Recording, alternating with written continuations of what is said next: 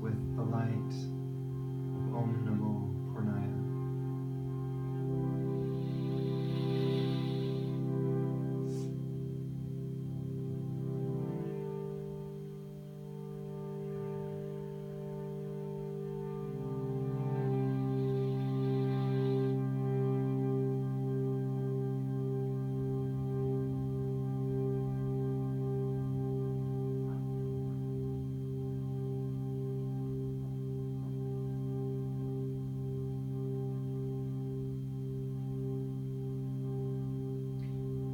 Place our right hand on our heart.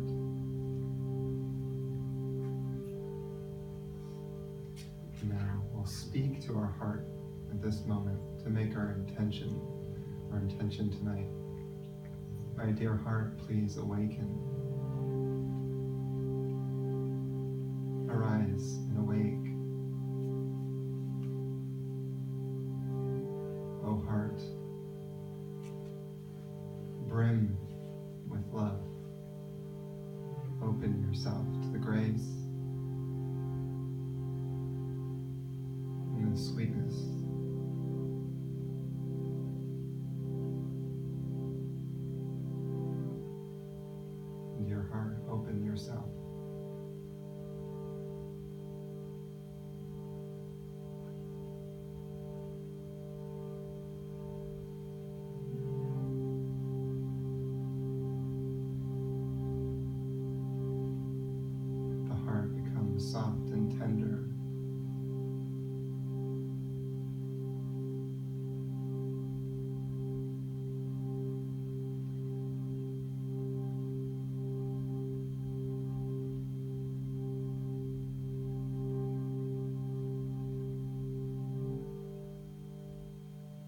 just think of someone right now in our life who is in need of help or healing.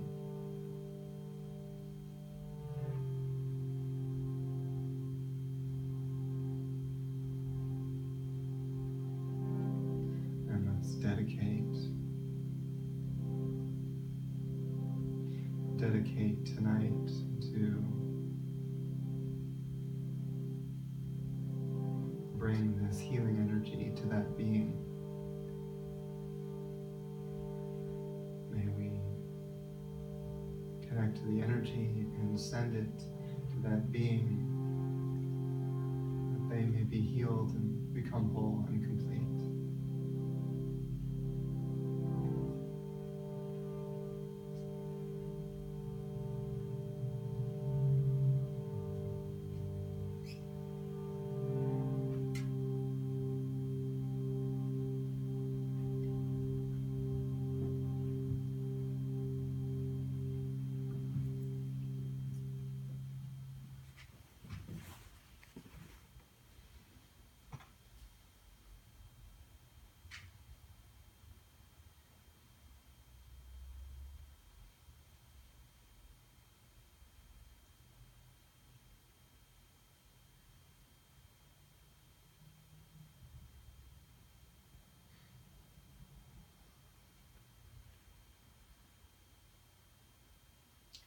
Namaste and welcome to Satsang. My name is Brian. You may be wondering, what is Satsang? Am I in the right place? Sounds rather mystical and magical, that word. And indeed, it's a word from ancient India. Sat in Sanskrit means truth, and sang means gathering. So this is a gathering in truth. And the purpose is to attune to the vibration of truth. So it's an energetic gathering. It's not necessarily giving you more spiritual information, because we've all read many, many books about spirituality and learned quite enough. It's more about connecting to your own soul, to the depths of your being, and experiencing something that is profound within you. I consider that as the great knowledge, and that in fact is what yogis of ancient India have been doing for hundreds of thousands of years, before our even historical timeline. People would just gather around the yogi in the forest in the Himalayas and just bask in the vibration of that great being and connect and feel the energy. And the more they attuned, the more they started to feel it inside them. And slowly but surely, those, we'll call them quote unquote disciples or students, started to feel what it was like to be that yogi. And the idea is that yogi was supposed to help them to get to his state. So when you hang out with someone, you start to attune to them naturally. So if they're a depressed person, you probably will start to feel depressed. If they're a very happy person, you'll probably start to feel happiness. So my feeling was, many years ago, I thought, I want to attune to the happiest vibration in the world. Where can I find that? And thus began my search. And I visited many different saints. You know, what do you call it? Saint hopping.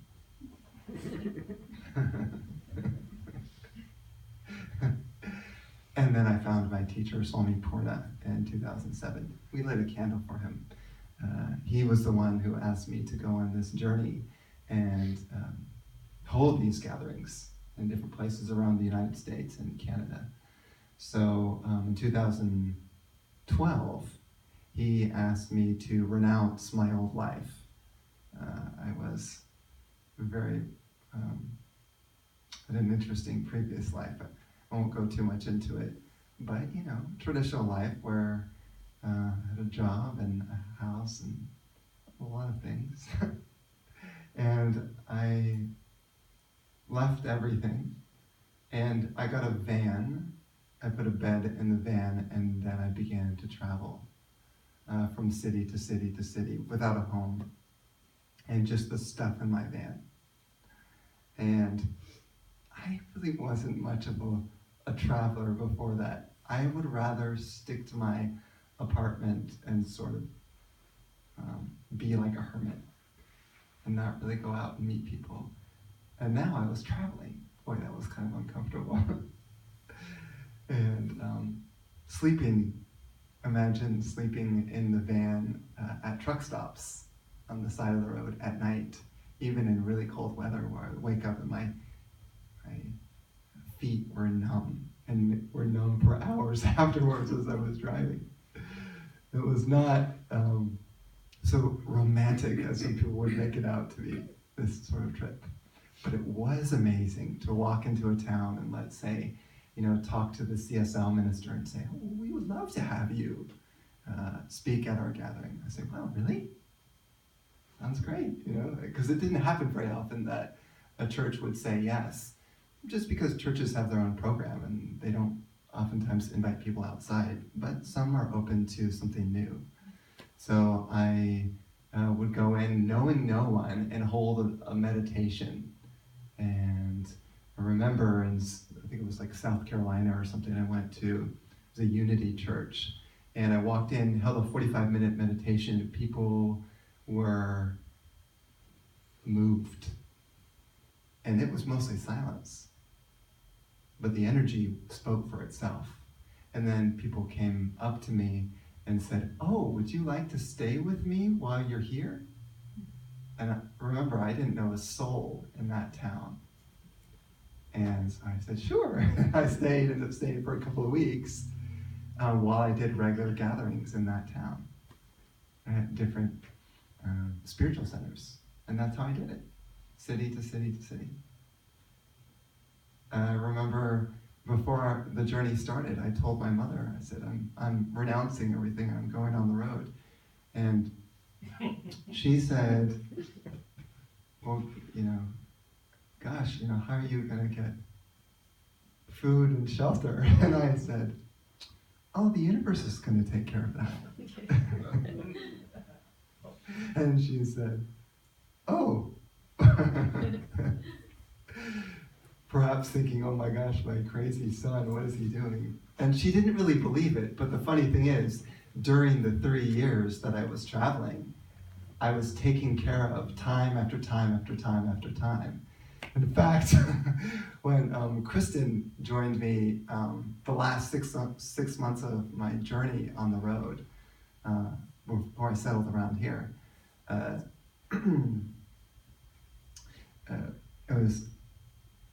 we were in